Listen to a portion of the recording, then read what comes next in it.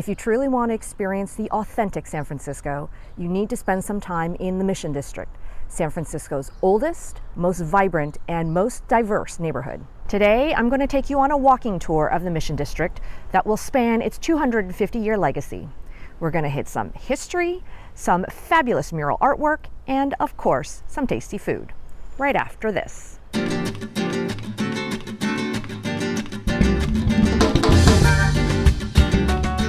We're going to start our tour here at Mission Delores, also known officially as Mission Francisco de Asís. The Mission was the center of life in the original Mexican settlement of Alta. Later, when California became a state, this neighborhood stayed predominantly Mexican. This was the original chapel of the Mission. This is the oldest building in San Francisco. Catholic masses are still held in the chapel and the larger basilica next door. What's left of the cemetery outside houses some of the oldest residents of SF, including the first mayor of the city and the first governor of California. The native Ohlone Indians also lived on the Mission in huts like these. Now we're going to walk down Delores about a block to Delores Park, which is kind of like the central congregation area for locals. There's Dolores Park right behind me, but we're going to make a quick pit stop across the street at Bi-Rite Creamery, which has the best ice cream in all of the Mission. On the weekend, a line wraps around the block. Ice creams made in small batches of seasonal flavors like salted caramel and balsamic strawberry. But try them all. Sampling is encouraged. Okay, let's take our cone across to the park.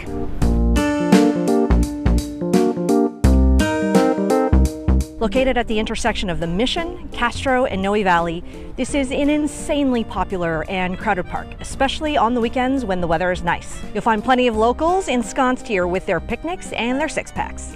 This used to be an old Jewish cemetery, but don't worry. The cemetery plus residents were moved to San Mateo in 1894. There's tennis courts, a playground, and an off-leash dog area.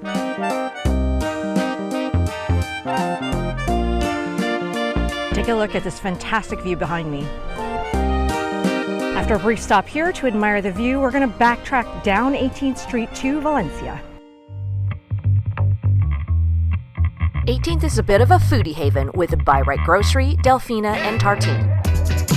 The Mission has the highest concentration of street art in all of San Francisco, some dating as far back as the 1970s. And if you happen to be in this neighborhood, it's definitely a must-see. If you take a left off Valencia and go a couple of streets down, check this out.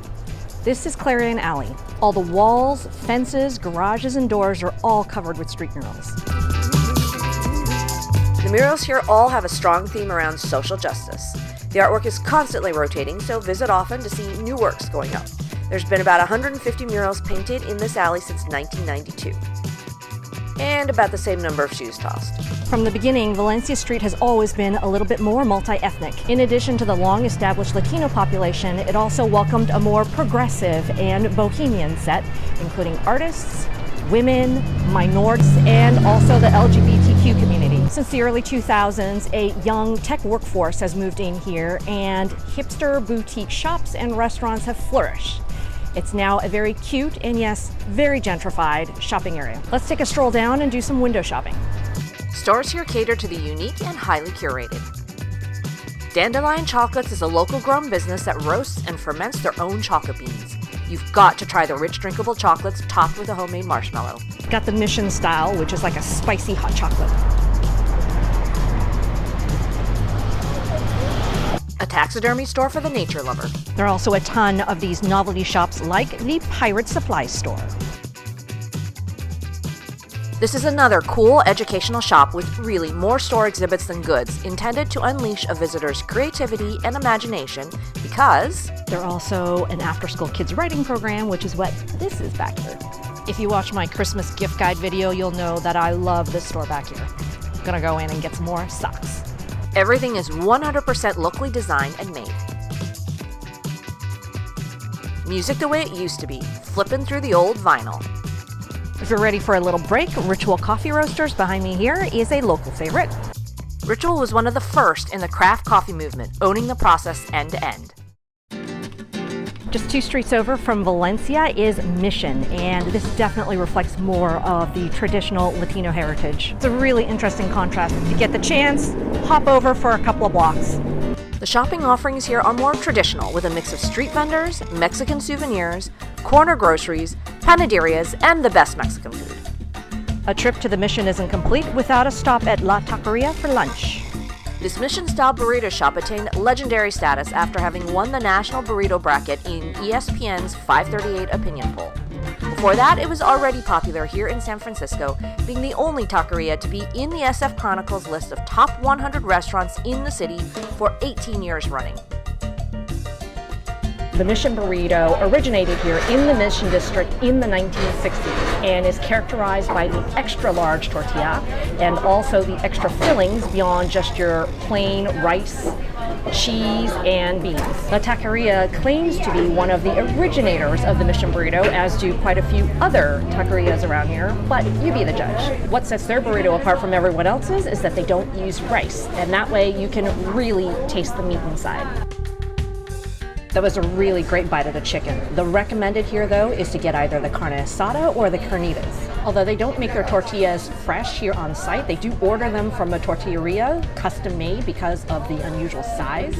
And these tortillas are fantastic. It's really, really thin. So that thinness makes for a really great ratio of filling to tortilla. Now that I have a full belly, we're going to backtrack and take a stroll down 24th Street. Like Valencia, this street has also undergone some gentrification, although the Latino businesses still hold pretty strong here, and it's a fairly mixed neighborhood. Phil's is a local coffee institution here in the Bay Area, and on 24th is the original Phil's Coffee. They're best known for their unique coffee bean blends. This street is chock full of cool stores and is the last bastion of independent bookstores that retreated here for what used to be reasonable rents. 24th Street has the largest concentration of storefront murals, so keep an eye out for the artwork, as well as the little side streets where you can see more murals. San Francisco's culture of public art started here in the Mission and traces its roots to the Mexican post-revolutionary muralism movement. Near 24th and Harrison is Balmy Alley, which is probably the oldest and most famous alley for street art. This one is more focused on themes of the Hispanic culture. The first Balmy Alley mural was painted by two female artists in 1973, who later started a muralist collective to continue the work. But it didn't really become a thing until the 80s, when most of the murals you see here were done. 24th Street continues a few more blocks down where you arrive at the edge of the Mission. This concludes our walking tour today. Hope you get a chance to come down to the Mission and explore for yourself. A couple of tips for getting down here to the Mission. Street parking is generally available. The Muni also runs here, as does BART. There are some colorful characters hanging around the outside of the Muni stations, but don't let that deter you. Once you get a few steps away, it's a bit more normal. Gracias por ver mi video. And until next time, peace out.